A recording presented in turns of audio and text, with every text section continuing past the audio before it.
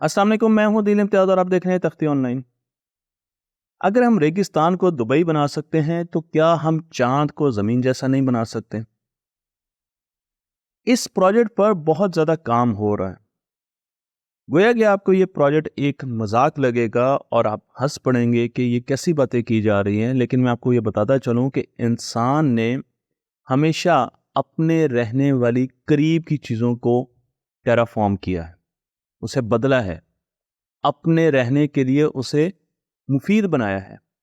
और यही काम हम करने जा रहे हैं चांद के साथ। ये काम हो सकता है सैकड़ों सालों में कंप्लीट हो, लेकिन इस पर बहुत ज़्यादा संजीदगी के साथ गौर किया जा रहा है। टेराफॉर्मिंग एक ऐसा कॉन्सेप्ट है जिसके ज़रिए हम चांद को समंदर, रेगिस्तान, हवा, एटमॉस्फेयर, ये सारी चीज़ें दे सकेंगे। मैं जानता हूं कि फ़िलहाल आपको लगेगा कि ये बहुत दूर की बात है, लेकिन हमेशा हर बेहतरी की चीज़ की इब्तिदा ऐसे ही होती है, एक ख्याल से होती है। और मैं आपको लेकर चलता हूँ इसके पीछे साइंस की तरफ। तो हम चलते हैं उन टेक्नोलॉजीज़ की तरफ जो कि किसी भी प्लेनेट को, किसी भी चांद को, किसी भी मून को टेराफॉर्म करने के लिए मुस्तकबिल में इस्तेमाल की जाएंगी। इस पूरी सीरीज़ में हम सिर्फ चांद की बात नहीं करेंगे बल्कि दूसरे प्लैनेट्स की भी बात करेंगे। अगर हमने उनको अपने रहने के काबिल बनाना है तो हमें उनको बदलना होगा और उन्हें ज़मीन के करीब लाना होगा, ज़मीन की हैयत के करीब लाना होगा, ज़मीन जैसा बनाना होगा, तभी हम उन प्लैनेट्स में रह सकेंगे। तो मैं आपको लेकर चलता हूँ, दो तरीके ऐसे हैं जिसके ज़रिए प्लैनेट्स को बतदरीज ज़मीन की तरह बनाया जा सकता है। पहला तरीका जिसे पैरा टेराफॉर्मिंग कहा जाता है। इसका मतलब ये है कि आप पूरे प्लैनेट को या पूरे चांद को या मून को बदलें ना, बल्कि चांद पर बायोस्फीयर्स बनाएं, चांद पर ऐसे डोम्स बनाएं, ऐसी इमारतें बनाएं जो कि पूरे तरीके से प्रेशराइज्ड हों, ब्रीदेबल एयर से, उस हवा से जिसे सांस लिया जा सके। मैं आपको यहाँ पर तस्वीर में भी दिखा रहा हूँ। इन डोम्स में आप आर्टिफिशियल लाइट भी लगा सकते हैं, इन डोम्स में आप रेगिस्तान भी बना सकते हैं, आप जंगल भी लगा सकते हैं, आप मुख्तलिफ किस्म की जिंदगी भी लेकर जाकर आबाद कर सकते हैं। लेकिन मैं आपको ये भी बताता चलूँ कि इसके अलावा भी इंसान बहुत ज़्यादा रिसर्च कर रहा है। इंसान ये भी चाहता है कि वो स्पीशीज़ को ऐसे बदल दे कि वो चांद पर जाकर रह सकें। क्या हम चांद पर जाकर रह सकते हैं? जी नहीं, हम नहीं रह सकते हैं। उसकी वजह यह है कि चांद पर एटमॉस्फेयर मौजूद नहीं है, चांद की मैग्नेटिक फील्ड भी बहुत कमज़ोर है। इस वजह से चांद पर कॉस्मिक रेडिएशंस की भरमार है। कॉस्मिक रेडिएशंस हमारे डीएनए को बदल देती हैं, हमें बीमार कर सकती हैं। इसलिए हमारे लिए बहुत ही मुश्किल है कि हम चांद पर जाकर रह सकें, यहाँ तक कि हम अपने आप को बदलें, हम स्पीशीज़ को बदलें। मैं आपको एक नई फील्ड की तरफ लेके जा रहा हूँ जिसे बायोफॉर्मिंग कहते हैं। बायोफॉर्मिंग का मतलब है हम मुख्तलिफ ऑर्गेनिजम्स को, मुख्तलिफ स्पीशीज़ को बदलना शुरू कर दें ताकि वो उस एटमॉस्फेयर के लिहाज से अपने आप को अडेप्ट कर सकें जिसकी तरफ हम उनको लेकर जा रहे हैं।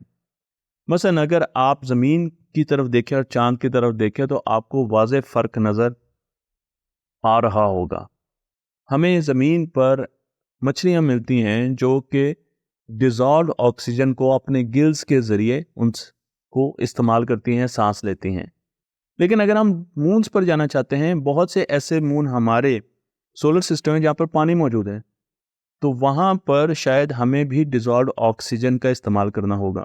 वो हम टेक्नोलॉजी की मदद से भी कर सकते हैं या फ्यूचर में इंसान अपने अंदर चेंजेस लाकर डिज़ॉल्व ऑक्सीजन पानी से ब्रीथ कर सकेगा और कार्बन डाइऑक्साइड एक्सक्रीट कर सकेगा। ये वो बायोफॉर्म्स हैं जिनकी तरफ मैं इशारा कर रहा हूँ। मैं आपको लेकर चलता हूँ टेराफॉर्मिंग, पैरा टेराफॉर्मिंग की तरफ, जिसमें हमने बायोस्फीयर्स की बात की थी। तो इस वक्त हम ज़मीन पर पैरा टेराफॉर्मिंग कई जगहों पर कर रहे हैं। कई जगह पर इंसान रेगिस्तानों को बदल रहा है, कई जगह पर इंसान एंटार्क्टिका को बदलने की कोशिश कर रहा है। मैं चाइना की मिसाल दूंगा, मैं इजिप्ट की मिसाल दूंगा, मैं इसराइल की बात करूंगा जो कि ड्रिप इरिगेशन से अपने सहराओं को आहिस्ता आहिस्ता कल्टीवेट कर रहे हैं। यहाँ पर हम ये बात नहीं कर रहे कि आप रेगिस्तान में एक नहर ले जाएं और उसके गिर्द हरियाली हो और बाकी रेगिस्तान बिल्कुल बंजर हो, बल्कि हम ये बात कर रहे हैं कि रेगिस्तान को किस तरीके से बदला जा सकता है। एक बहुत बड़ा एक्सपेरिमेंट है, माइंड एक्सपेरिमेंट है जिसमें ये कहा गया है, और सिलिकॉन वैली का एक्सपेरिमेंट है जिसमें ये कहा गया है कि हम दुनिया के सबसे बड़े रेगिस्तान को बदल सकते हैं, जिसे सहारा कहा जाता है, अफ्रीका का रेगिस्तान है। और इसको बदलने के लिए हमें उसे समंदर के बहुत ज़्यादा पानी से सैराब करना पड़ेगा। गोया कि प्रैक्टिकली ये मंसूबा इतना वायबल नहीं है, इसीलिए इसी टीम ने फिर एक और मंसूबा दिया जिसमें उन्होंने कहा कि अगर हम समंदर का पानी इस्तेमाल करके इसे टेराफॉर्म नहीं कर सकते तो हम पूरे सहारा डेजर्ट में विंड मिल्स लगा देते हैं, हम रिन्यूएबल एनर्जी के प्रोजेक्ट्स लगा देते हैं, और उसकी वजह से वो आहिस्ता आहिस्ता बदलना शुरू हो जाएगा। चांद की तरफ अगर बात करें, जब मैं चांद का लफ्ज़ कहूँगा तो ज़मीन के चांद की बात होगी। जब मैं मून्स की बात करूँगा तो आपने ख्याल रखना है, बाज़-औक़ात मैं सोलर सिस्टम में बाकी प्लैनेट्स के मून्स की तरफ भी बात कर रहा हूँ। जब मैं पानी की बात करूँगा कि मून पर पानी होता है, तो वो हमारे चांद पर तो नहीं है, लेकिन बाकी प्लैनेट्स के मून पर, जैसा यूरोपा है, बहुत से और मून्स पर पानी मौजूद है। अगर हम ज़मीन के करीब मौजूद चांद की बात करें तो यहाँ पर एक माइंड एक्सपेरिमेंट ये कहता है कि आप मुस्तकबिल में लावा ट्यूब्स में रहेंगे, क्योंकि चांद को टेराफॉर्म करना शायद इतना मुश्किल होगा कि जब तक हम चांद को टेराफॉर्म नहीं कर सकेंगे, उसे मुकम्मल तौर पे बदल नहीं सकेंगे। टेराफॉर्मिंग का मतलब पूरे सियारे को मुकम्मल तौर पे बदलना, और टेराफॉर्मिंग का मतलब है हम उसे पार्शली बदल रहे हैं, यानी हम उसके अंदर ऐसी इमारतें बना रहे हैं, बायोस्फीयर्स बना रहे हैं जिसके अंदर हम रह सकते हैं। पूरा प्लेनेट या पूरा मून चेंज नहीं होगा। जब तक हम चांद को टेराफॉर्म ना कर लें या पूरा टेराफॉर्म ना कर लें, उस वक्त तक हमें चांद की गहराइयों में रहना होगा, हमें लावा टनल्स में रहना होगा, क्योंकि यहाँ पर रेडिएशंस नहीं आएंगी। आपको चांद की टनल्स में, जो कि बहुत किलोमीटर्स तक बड़ी हैं और कई जगहों पर इतनी खुली हैं कि उनके अंदर छोटे कस्बे बसाए जा सकते हैं, वहाँ पर आबादी नज़र आएगी।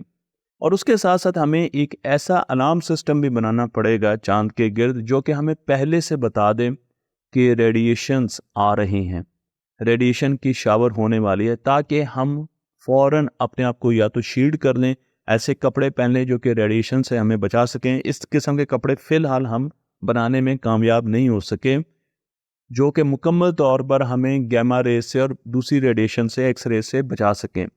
और या फिर हम फ़ौरन अंडरग्राउंड चले जाएं, चांद की लावा ट्यूब्स में चले जाएं, ताकि हम इन रेडिएशन से बच सकें। इंसान इस वक्त बहुत सी ऐसी स्पीशीज़ पर भी एक्सपेरिमेंट्स कर रहा है जो कि रेडिएशन से बचने की सलाहियत रखती हैं।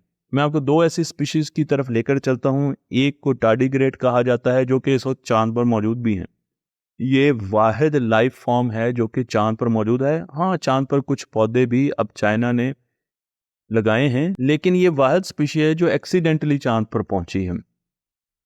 टार्डिग्रेड्स स्पेस में चांद पर रेडिएशंस में बड़े आराम से रह सकते हैं, हाइबरनेट कर लेते हैं और उसके बाद दोबारा ज़िंदगी की तरफ आ जाते हैं। मैं इन पर बहुत सी वीडियोस बना चुका हूं, लेकिन साइंसदान अब देख रहे हैं कि किस तरीके से हम टार्डिग्रेड से ये ताकत हासिल कर सकते हैं। और दूसरी स्पीशी है बैक्टीरिया, जो कि बहुत इंटेंस रेडिएशंस में ज़मीन पर भी ज़िंदा रह सकती हैं और खला में और दूसरे प्लैनेट्स पर भी ज़िंदा रह सकती हैं।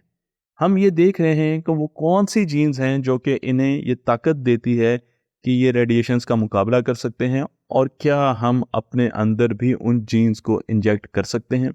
क्या हम भी फ्यूचर में रेडिएशन रेजिस्टेंट बन सकते हैं? मैं यहाँ पर ये बताता चलूँ कि टेराफॉर्मिंग में हम बहुत सी इंजीनियरिंग के पैटर्न्स को डिस्कस करने जा रहे हैं। ये पूरी सीरीज़ होगी जिसकी पहली वीडियो है, और मैं आपको जल्दी जल्दी उन रिसर्चेस के बारे में, उन टेक्नोलॉजीज़ के बारे में बता रहा हूँ जिस पर इस वक्त इंसान काम कर रहा है। हम इन पर अलग वीडियोस भी बना सकते हैं, पूरी वीडियो भी बना सकते हैं, लेकिन हम आगे सीरीज़ को बढ़ाते जाएंगे। हम किसी भी प्लेनेट पर अगर बसना चाहते हैं तो हमें उसका दिन 24 घंटों के करीब लाना होगा, क्योंकि इंसान 24 घंटों के दिन का आदी हो चुका है। अगर हम किसी ऐसे प्लेनेट पर चले जाते हैं जहाँ पर दिन 27 घंटे का है, तो हमें उस प्लेनेट की गर्दिश को कम करना होगा, स्लो करना होगा। और जब हम उसकी गर्दिश को स्लो करेंगे तो दिन आहिस्ता आहिस्ता और रात 24 घंटे में बदली जा सकती हैं।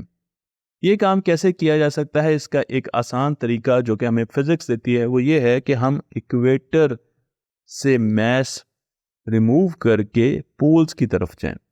अगर हम पोल्स की तरफ ज़्यादा मैसिव बिल्डिंग्स बनाएं, ज़्यादा मैसिव स्ट्रक्चर्स बनाएं या कुछ भी ऐसा करें जिससे मैस पोल्स की तरफ, उस प्लेनेट के पोल्स के ऊपर और नीचे वाले पोल की तरफ कंसंट्रेट हो, तो उसकी रोटेशन आहिस्ता आहिस्ता कम हो जाएगी।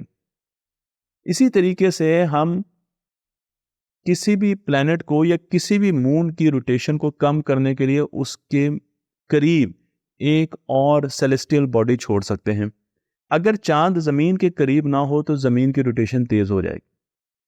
चांद के होने की वजह से जमीन की रोटेशन स्लो है। तो अगर हमने चांद की रोटेशन कम करनी है तो हो सकता है हम कोई मेटेओराइट उसके पास लाकर, अगर हमने किसी और प्लेनेट की रोटेशन कम करनी है तो हम करीब से कोई बड़ी रॉक, कोई बड़ा मेटेओराइट लाकर उसके हल्का अहबाब में छोड़ दें, उसके करीब छोड़ दें, जिसकी वजह से वो उसकी एक सैटेलाइट बन जाए और उस मेन प्लेनेट का उसकी रोटेशनल स्पीड आहिस्ता आहिस्ता कम होनी शुरू हो जाए। फिजिक्स और लॉ ऑफ नेचर्स तो इस बात की हमायत करते हैं कि हम इस तरीके से किसी भी प्लेनेट की रोटेशनल स्पीड कम कर सकते हैं और उसे ज़मीन के करीब करीब ला सकते हैं। गोया कि टेक्नोलॉजी हमारे पास अभी नहीं है, टेक्नोलॉजी बहुत बड़ी छलांग मांगती है इस किस्म के काम करने के लिए, लेकिन फ़िलहाल मैं आपको यही बताता जा रहा हूँ कि हम माइंड एक्सपेरिमेंट्स कर रहे हैं इन चीज़ों को देखने के लिए। चाँद को टेराफॉर्म करना हमारे फ़ायदे में इसलिए भी है क्योंकि वो हमारे बहुत करीब है। हम बड़े आराम से उस तक पहुंच सकते हैं मुस्तकबिल में और अपने रोबोट्स वहां पे छोड़ सकते हैं। हमारा सिग्नल सेकंड्स में चांद तक पहुंच जाता है और वापस आ जाता है।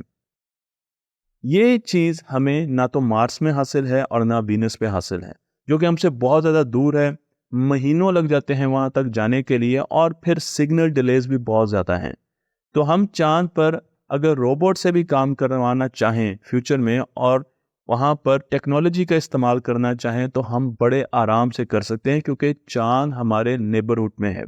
चांद को टेराफॉर्म करने के लिए जो टेक्नोलॉजीज हम अगली वीडियोस में भी डिस्कस करने जा रहे हैं वो बाकी प्लैनेट्स को भी टेराफॉर्म करने में बहुत ज़्यादा मदद देंगी। हम इस वक्त एक्सो प्लैनेट्स पर एक्सो प्लैनेट्स देखते जा रहे हैं, एक्सप्लोर करते जा रहे हैं, लेकिन इन एक्सो प्लैनेट्स को, ड्वार्फ प्लैनेट्स को, मसलन प्लूटो, उसे किस तरीके से हम टेराफॉर्म कर सकते हैं कि मुस्तकबिल में वहाँ इंसान रह सकें। इंसान इस तरफ बहुत संजीदगी से सोच रहा है और इसीलिए हम इस किस्म के कॉन्सेप्चुअल आइडियाज़ ना सिर्फ सोच रहे हैं बल्कि कई जगहों पर इन पर अब बाकायदा एक्सपेरिमेंटेशन और रिसर्च भी शुरू हो चुकी है। मैं आपको बताना चाह रहा हूँ कि कहीं आप ये ना समझ लें कि जितनी इन्फॉर्मेशन इस वीडियो सीरीज़ में आपको दी जाएगी वो शायद हमने घर बैठ के सोच ली है और उसका साइंस से कोई ताल्लुक नहीं है, बल्कि ये सारे के सारे एक्सपेरिमेंट्स और सारे के सारे आइडियाज़ साइंस से बैक्ड हैं। साइंस इनके पीछे ना सिर्फ खड़ी है बल्कि बहुत सी लैब्स में तो इन पर काम भी हो रहा है। बहुत से साइंसदान इन पर काम कर रहे हैं और फ्यूचर में आपको ये चीज़ें नज़र आना शुरू हो जाएंगी। गोया कि छोटे स्केल पर नज़र आएंगी, लेकिन किसी भी सितारे को टेराफॉर्म करने के लिए अब हम बड़ी संजीदगी से गौर कर रहे हैं। मुझे उम्मीद है ये वीडियो आपको पसंद आई होगी। तख्ते ऑनलाइन को लाइक कीजिए, शेयर कीजिए और इस फिल्म को दूसरों तक पहुंचा दीजिए।